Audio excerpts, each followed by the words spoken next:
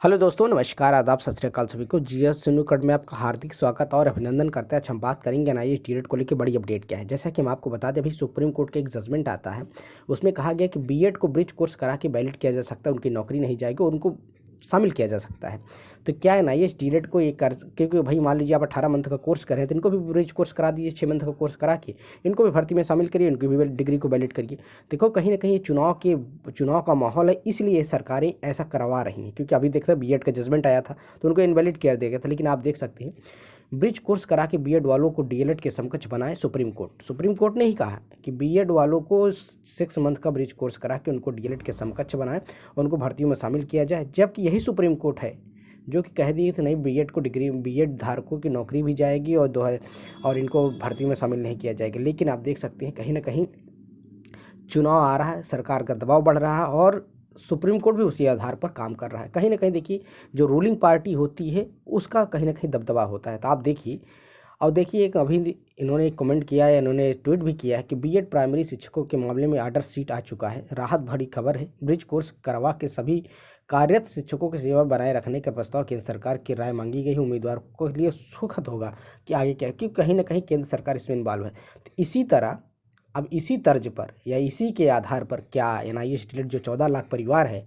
उनके साथ न्याय नहीं हो सकता? लेकिन सरकार चाहे तो बिल्कुल कर सकती है, और सुप्रीम कोर्ट भी, क्योंकि वो तो डीएलएड है।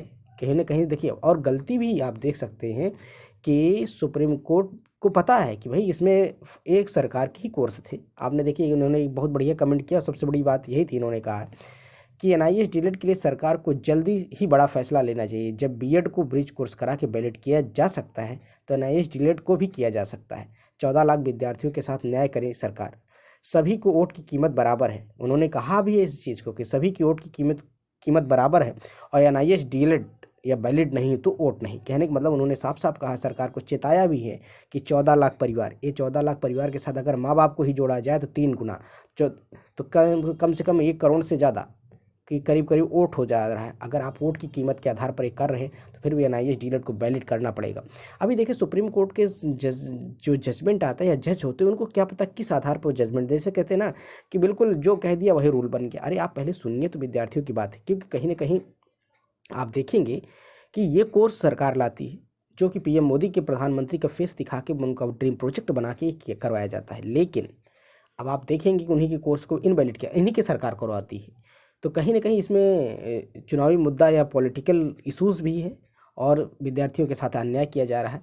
लेकिन अब आप देखिए, अगर सरकार या सुप्रीम कोर्ट बीएड के केस में उनके झुकाव में जा रही है तो एनआईएस डीएलएड के भी पक्ष में आना। लेकिन हाँ, विद्यार्थियों को अपनी ताकत को इसमें इनको दिखाना पड़ेगा कि भाई हमारे साथ भी अन्याय हो रहा तो हमको भी इस चीज़ का न्याय मिलना चाहिए।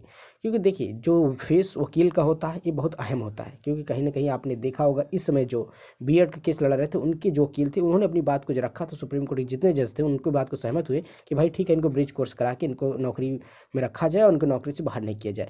क्या आने वाले समय में ये चीज़ें और भी लागू हो सकती? बिल्कुल लागू हो सकती। लेकिन इसी तरह अब जब बीएड को हम शामिल करवा सकते हैं या बीएड को शामिल किया जा सकता है तो एनआईएस डीएलएड को क्यों नहीं? क्योंकि वो 14 लाख परिवार क्या परिवार नहीं है? क्या मोदी जी का ये ड्रीम प्रोजेक्ट इतना फॉल्ट हो गया है या इतना इनवैलिड हो गया है कि सरकार भी इस पर कोई एक्शन लेने के तैयार नहीं है? दूसरी चीज़ देखिए, अभी इन्होंने कमेंट किया है, क्या कह रहे हैं कि एनआईएस डीएलएड आता है विज्ञापन, प्रधानमंत्री जी की फ़ोटो लगाकर प्रधानमंत्री जी का ड्रीम प्रोजेक्ट, उसके बाद प्रधानमंत्री योजना को चैलेंज करती है उत्तराखंड ही नहीं, उन्हीं की बनाई हुई सरकार, उसके बाद बर्बाद होते हुए देश भर के 14 लाख शिक्षकों का जीवन। Gazette for NIS DElEd, Modi ji please save NIS DElEd. कहने का मतलब उन्होंने भी साफ साफ कहा है कि अगर सरकार ये कोर्स कराती है, सरकार को ये प्रोजेक्ट है और सरकार के आधार पर विद्यार्थियों ने वो किया है, तो सुप्रीम कोर्ट को भी ये सारी चीज़ें को सोचना चाहिए। अगर सुप्रीम कोर्ट किसको बचाना चाहती है, एनसीटी या एमएचआरडी, किसको? तो कहीं ना कहीं ये मुद्दा सरकार से भी जुड़ा हुआ है और सरकार के ही साथ है। अगर सरकार चाहती है, चाहे मोदी जी या प्रधानमंत्री या शिक्षा मंत्री चाहें, तो बिल्कुल ये सारी चीज़ें वैलिड हो सकती हैं। इस समय चुनाव का माहौल बहुत तेज़ी से है, लेकिन विद्यार्थियों को अपनी चीज़ें बहुत साफ साफ कहनी चाहिए सरकार से। क्योंकि देखिए, आप सुप्रीम कोर्ट भी सरकार की ही बात सुनेगा। आपको पता होना चाहिए कि सारी चीज़ें कहीं ना कहीं लिंक होती है कि भाई अब सरकार क्या चाहती है। देखिए, इसमें नंदन बोहरा जी ने क्या क्या क्या कहा है क्या इस दस्तावेज के सही समझे कि सब एनआईएस डीएलएड के साथ एक छलावा है। लंबे समय तक आरटीआई के द्वारा जवाब दिया गया। कहने का मतलब कि जो आरटीआई का भी जवाब मांगा गया तो आरटीआई का भी जवाब बहुत लेट लपीट करके दिया जा रहा है। तो कहीं ना कहीं विद्यार्थियों के साथ अभी जो छलावा किया जा रहा है, तो इनको अपनी भी ताकत दिखानी है, क्योंकि सभी की वोट की कीमत बराबर है। 14 लाख विद्यार्थियों के साथ अगर अन्याय होता है तो सरकार के साथ भी अन्याय किया जा सकता है, क्योंकि ये 14 लाख 1 करोड़ वोट के बराबर है, कीमत है।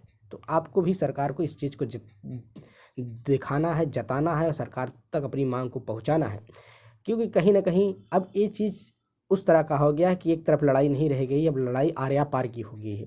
तो आप सभी को एक साथ होना है और अपनी ताकत को दिखाना है, तभी वैलिड होगा। देखिए अब आप देखेंगे कि जब बीएड वैलिड हो सकता है तो एनआईएस डीएलएड भी वैलिड हो सकता है, क्योंकि इसमें वो तो साफ साफ सरकार के ही प्रोजेक्ट के द्वारा कराया गया था और सिर्फ उसी भर्ती में शामिल होना था।